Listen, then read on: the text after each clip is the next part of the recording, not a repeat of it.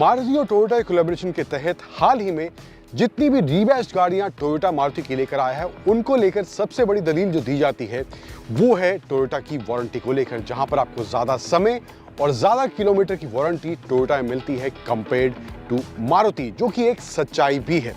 आज हमारे साथ उसी लाइनअप में लेटेस्ट एंट्री है अर्टिगा का रीबैश्ड वर्जन टोयोटा की रूमियन आज हमारे साथ है।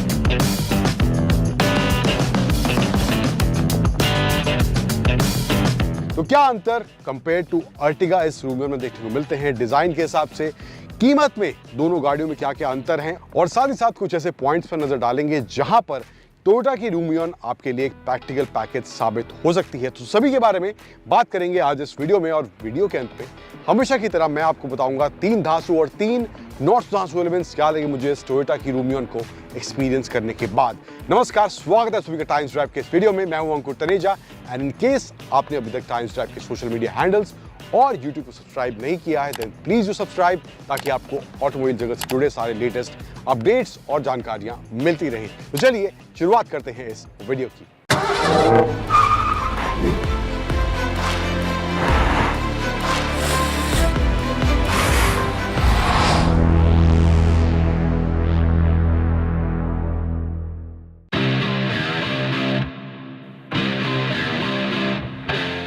अब देखने में हालांकि ये जो रूमियन है हूबहू अर्टिगा जैसी आपको मिलेगी। पीछे से आप आपको रियर लुक दिखाएं तो देखिए आप टेल लैंप्स वगैरह जो है, सब कुछ रियर का जो डिज़ाइन है सब कुछ इसका अर्टिगा वाला ही है। बस बैजिंग का फ़र्क है, रूमियन की बैजिंग है स्मार्ट हाइब्रिड मारुति बोलता है, नियो ड्राइव टोयोटा बोलती है, एंड इसमें जो आपको वेरिएंट जो है 3 मिलते हैं, जबकि अर्टिगा में आपको 4 वेरिएंट का ऑप्शन मिलता है। लेकिन इसमें जो है जो मारुति का VXI वेरिएंट है वो आपको इसका बेस वेरिएंट ही मिलेगा इस रूमियन के अंदर, यानी कि इसमें आपको रूमियन में बेस वेरिएंट नहीं दिया गया, तो 3 वेरिएंट का ऑप्शन इसमें आपको देखने को मिलेगा।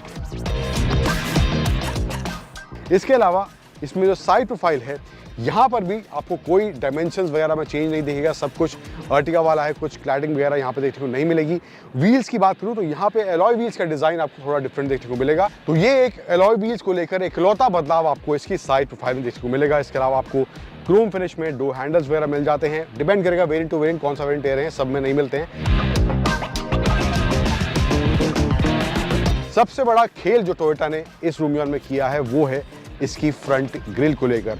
अब जिस गाड़ी की वजह से टोयोटा का अस्तित्व इंडियन मार्केट में है वो है इनोवा, और उसी का ग्रिल, ऑलमोस्ट उसी के दिखने वाला ग्रिल यहाँ पर आपको इस टोयोटा की रूमियन में टोयोटा ने दे दिया है, जिसमें आपको यहाँ पे पियानो ब्लैक फिनिश वगैरह एंड क्रोम के एलिमेंट्स ग्रिल के आसपास यहाँ पर इसमें देखने को मिलेगा। सेंटर में ऑफ कोर्स बड़ा सा टोयोटा का लोगो यहाँ आपको सेंटर में दिया गया है। हेडलैम्प्स वगैरह का डिज़ाइन सेम है, बम्पर जो है थोड़ा सा रीडिज़ाइंड है, क्रोम फिनिश आपको नीचे की तरफ इसमें देखने को मिल जाएगी, एंड जो हेडलैम्प्स हैं प्रोजेक्टर हैं लेकिन हेलोजन के ऑप्शन के साथ आते हैं, इसमें LED का ऑप्शन नहीं है, एंड फॉग लैंप्स कुछ इस तरह से आपको ब्लैक हाउसिंग में यहाँ पर इसके बम्पर में देखने को मिल जाएंगे। तो ये कुछ मोटे मोटे बदलाव या कुछ छोटे मोटे बदलाव इस टोयोटा की रूमियन में देखने को मिलते हैं। इसके अलावा कोई और बदलाव इसके एक्सटीरियर में नहीं है अगर अर्टिगा से कंपेयर हम इसको करते हैं। तो चलते हैं अंदर, क्या चेंजेस, किस तरह का फील इस रूमियन के कैबिन में है। Let's go inside and check that out.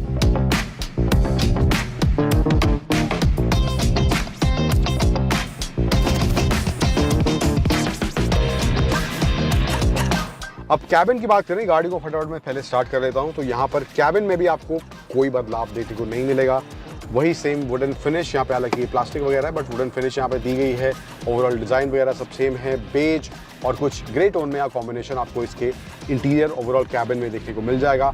Centre में जो है 7 इंच का टच स्क्रीन, यहाँ पर स्क्रीन जैसे ही बूट होती है तो लोगो टोयोटा का आता है मारुति की बजाय, तो ये एक चेंज है। टोयोटा का ही कनेक्टेड सिस्टम इसमें दिया गया है, एंड यहाँ पे नीचे आए तो automatic climate control, cup holders जो कि वेंटिलेटेड हैं, एंड यहाँ पे आपको फ़ोन रखने की जगह वायरलेस चार्जिंग वगैरह नहीं है, 12 वोल्ट का सॉकेट, USB चार्जिंग पॉइंट, ये सब ऑप्शन देखने को मिलेंगे। आर्मरेस्ट जो है स्लाइडेबल यहाँ पे दिया गया है। अब ये जो स्लाइडेबल वाला ऑप्शन है ये भी आपको सभी वेरिएंट्स नहीं मिलेगा, वेरिएंट टू वेरिएंट डिपेंड करने वाला है। इसके अलावा स्टीयरिंग पर आए तो यहाँ पर भी जो एक सबसे बड़ा चेंज है वो है टोयोटा की बैजिंग, यहाँ सेंटर में जो इसके स्टीयरिंग पर दी गई है। अदरवाइज डिज़ाइन वगैरह, लेदर स्टिच वगैरह सब कुछ सेम है। यहाँ पर भी थोड़ा वुडन फिनिश वगैरह दिया गया है। कॉल कनेक्ट, डिस्कनेक्ट और वॉइस कमांड के यहाँ पे कंट्रोल्स देखने को मिल जाते हैं। इंस्ट्रूमेंट क्लस्टर जो है वो भी हूबहू अर्टिगा वाला ही है। आपको इसका स्पीडोमीटर, टैकोमीटर, एनालॉग मिलता है। सेंटर में MID दिया गया जहाँ पे फ्यूल इकोनॉमी वगैरह इन्फॉर्मेशन ये सब देखने को मिल जाती है। अब जैसा कि मैंने आपको बताया डायमेंशंस में कोई बदलाव नहीं है, तो स्पेस एग्जैक्ट सेम है अर्टिगा वाला ही। सेकंड रो में भी स्पेस अच्छा खासा है, सीट्स कंफर्टेबल हैं, बोस्टरिंग वगैरह भी काफ़ी अच्छे है, हालांकि फैब्रिक का इस्तेमाल करा गया है थ्रू आउट सीट्स में। एंड थर्ड रो की जो एंट्री एग्जिट है वो भी काफ़ी ईजी है, एंड थर्ड रो का जो स्पेस है वो भी अच्छा खासा इस रूमियन में भी देखने को मिलता है अर्टिगा के जैसे ही। बूट स्पेस की बात करूँ तकरीबन 210 लीटर के आसपास का बूट स्पेस है अगर तीनों रो अप है, एंड बूट स्पेस भी काफ़ी डिसेंट 7 सीटर होने के बावजूद भी इस गाड़ी में देखने को मिलता है। ये कुछ मामला इसके कैबिन और इंटीरियर और स्पेस को लेकर है इस टोयोटा की रूमियन के। अब इंजन की बात करें तो वो भी सेम है, कोई चेंज नहीं है, अर्टिगा वाला ही है। 1.5 लीटर का इंजन, पेट्रोल इंजन इसमें दिया गया है। सीएनजी वाला ऑप्शन भी है इसमें, लेकिन हमारे साथ जो है petrol plus smart hybrid combination वाला ये इंजन है, ये गाड़ी हमारे साथ है। तो इसका परफॉर्मेंस किस तरह से फील हो रहा है, थोड़ा बहुत बात करते हैं उसकी, किस तरह की ड्राइव है, किस तरह की handling. Let's go ahead and talk about that.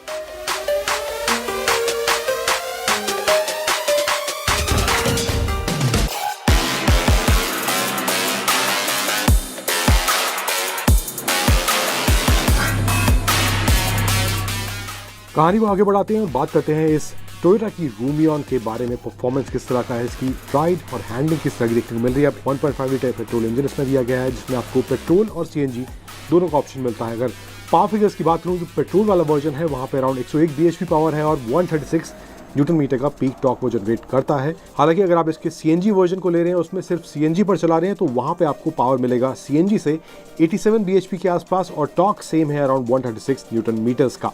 फिर फ्यूल एफिशिएंसी की बात करें तो ऑटोमेटिक में जो इसका माइलेज है वो है अराउंड 20 किलोमीटर पर लीटर के आसपास, और जो इसका मैनुअल में माइलेज है वो अराउंड 20.5 किलोमीटर पर लीटर।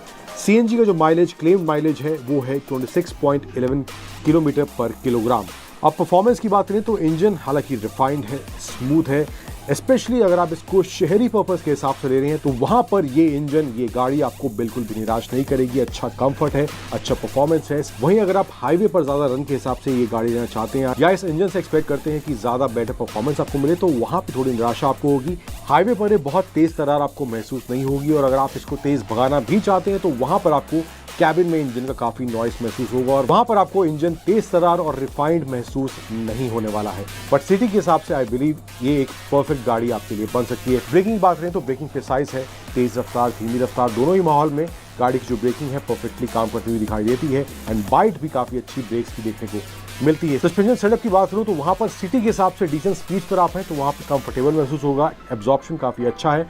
लेकिन तेज रफ्तार में थोड़ा आप जा रहे हैं तो वहां पे अचानक से बम्प्स आते हैं, स्पीड ब्रेकर्स आते हैं, तो वहां पर आपको वो अचानक झटके जरूर महसूस होने वाले हैं।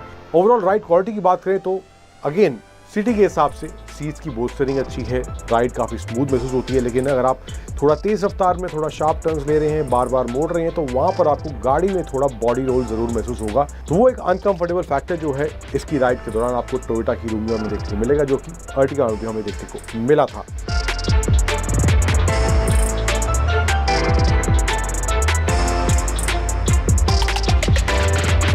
अब बात करते हैं धांसू और नॉर्थ धांसू एलिमेंट्स क्या लगे मुझे इस टोयोटा की रूमियन को एक्सपीरियंस करने के बाद। सबसे पहला नॉर्थ धांसू एलिमेंट जो मुझे लगा है इसके बारे में वो है इसमें जो है एंड्रॉइड ऑटो कनेक्टिविटी काफ़ी डिस्कनेक्ट बार बार हो रही थी। मैं 3-4 बार कनेक्ट करने की कोशिश की, लेकिन कनेक्ट होता है, डिस्कनेक्ट होता है, कनेक्ट होता है, डिस्कनेक्ट होता है, यही बार बार हो रहा था। तो ये एक इशू मुझे इसके सॉफ्टवेयर में यहाँ पर देखने को मिला है। देन दूसरा नॉर्थ धांसू एलिमेंट जो मुझे इसके बारे में लगा है वो है इसके इंजन के परफॉर्मेंस को लेकर। सिटी में इट्स गुड, बट अगर आप तेज थोड़ा भगाना चाहते हैं वहां पर इंजन आपको थोड़ा सा कम अंडर पावर महसूस होगा, बट उस स्पीड पे आपको साथ ही साथ बहुत ज़्यादा नॉइज़ भी इस इंजन से निकलती हुई दिखाई देगी। सेम इशू अर्टिगा में भी हमें देखने को मिला था। तो ये एक issue in terms of drive आपको यहाँ पे मिलेगा। देन तीसरा और फाइनल नॉर्थ धांसू एलिमेंट जो मुझे इस रूमियन के बारे में लगा है वो है इसमें बोस्टरिंग को लेकर। स्पेशली अगर आप थोड़ी ज़्यादा रफ्तार में and back to back turns दे रहे हैं तो वहाँ पे आपको बॉडी रोल इसमें थोड़ा ज़्यादा महसूस होगा। सिटी स्पीड में it's good, seats are comfortable, but उस सिचुएशन में वो मुझे लगता है थोड़ा सा और बेटर हो सकता था। अब बात करते हैं 3 धांसू एलिमेंट क्या लगे मुझे इस रूमियन के बारे में। सबसे पहला है इसके फ्रंट ग्रिल का डिज़ाइन, इनोवा वाली फील अगर आप इस बजट में चाहते हैं तो यहाँ पर इस रूमियन में टोयोटा वो आपको दे रहा है। देन दूसरा धांसू एलिमेंट जो मुझे इसके बारे में लगा है वो है इसमें इंजन का जो परफॉर्मेंस है सिटी के हिसाब से काफ़ी रिफाइंड और काफ़ी स्मूथ इसका ये 1.5 लीटर वाला इंजन महसूस होता है। Same was with the Ertiga and same यहाँ पर रूमियन में भी वैसा हमें महसूस हुआ इसकी सिटी ड्राइव के दौरान। देन तीसरा और फाइनल धांसू एलिमेंट जो मुझे इस गाड़ी के बारे में लगता है वो है इसमें जिस तरह की स्पेस प्रैक्टिकलिटी जिस तरह से डिज़ाइन करी गई है, जिस तरह का सीट कंफर्ट है, ओवरऑल जिस तरह का package in terms of cabin इसको बनाया गया है, तो वो भी मामला मुझे इस गाड़ी में काफ़ी सॉर्टेड महसूस होता है।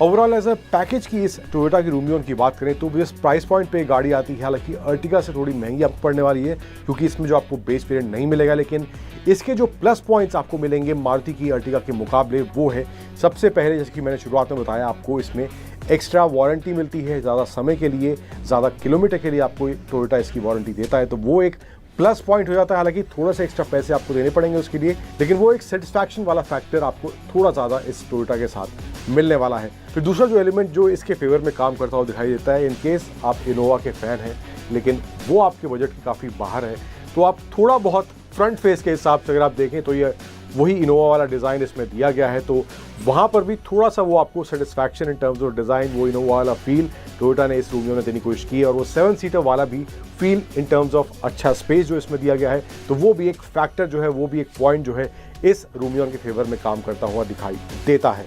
And last but not the least, performance के हिसाब से अगर आपका स्पेसिफिक रीज़न है कि आपको सिटी में A to B पॉइंट के लिए गाड़ी लेनी है, अपनी फैमिली के साथ आपको कभी कभार इसमें मूव करना है, तो मुझे लगता है इन सभी मायनों के हिसाब से अगर आप कोई गाड़ी तलाश रहे हैं इस प्राइस पॉइंट पे 7 सीटर कैटेगरी में, तो वहाँ पर ये टोयोटा की रूमियन एक अच्छा पैकेज आपके लिए ज़रूर बन सकती है।